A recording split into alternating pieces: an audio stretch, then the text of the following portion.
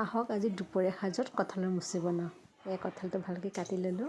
এতিয়া কুকাৰত দি দিছোঁ 3টা চিটি চিটি অহালৈ মই বিলাহী সৰু চাইজৰ 2টা, এটা ডাঙৰ পিঁয়াজ, আদা নহৰু অলপমান আৰু 2টা জলকীয়া, এইখিনি মই এটা পেষ্ট বনাই বাকলিটো গুচাই ল'লোঁ এনেকৈ।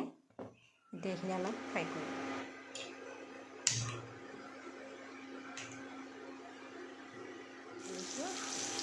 বেছি ফ্ৰাই কৰিব নালাগে, অলপ অলপ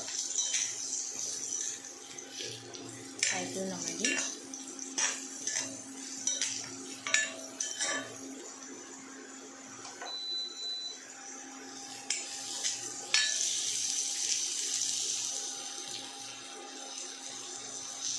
ভাজা হ'লে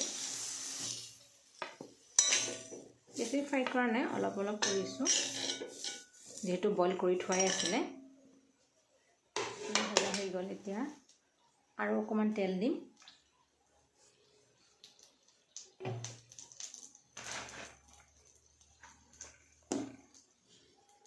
মই মছলা বেছি ব্যৱহাৰ নকৰোঁ। কেইটামান পাঁচফোৰণ, অকণমান জিৰা, অকণমান জালুক আৰু পিচি থোৱা আপোনাৰ আদা আৰু নহৰু আৰু এয়া গৰম মছলা কেইটামান আৰু এখিলা তেজপাত। আৰু এইটোতো পেষ্ট বনাই লৈছিলোঁৱেই, বিলাহী আৰু জলকীয়া আৰু পিঁয়াজ। এতিয়া পাঁচফোৰণখিনি দি দিম আৰু লগতে তেজপাতখিলা আৰু গৰম মছলাখিনি।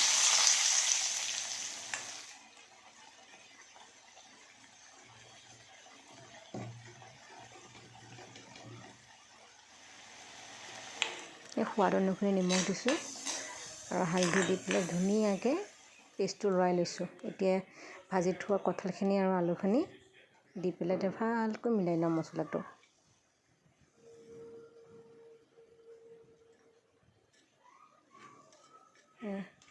ভালকৈ মিলাই লৈছোঁ মছলাখিনি, কঁঠালখিনি যাতে ভালকৈ গাত লাগি যাওক আৰু তেনেকৈ। অকণমান জালুক আৰু জিৰাকণ দি দিছোঁ, আকৌ লৰাইছোঁ। এতিয়া পানী দিম,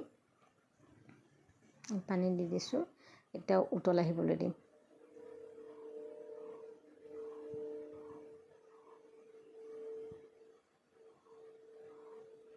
ঢাকন মাৰি দিছোঁ। এয়া আমাৰ কঁঠালৰ মুচি ৰেডি। যদি ভিডিঅ'টো চাই ভাল পালে লাইক আৰু কমেণ্ট কৰিব। ধন্যবাদ।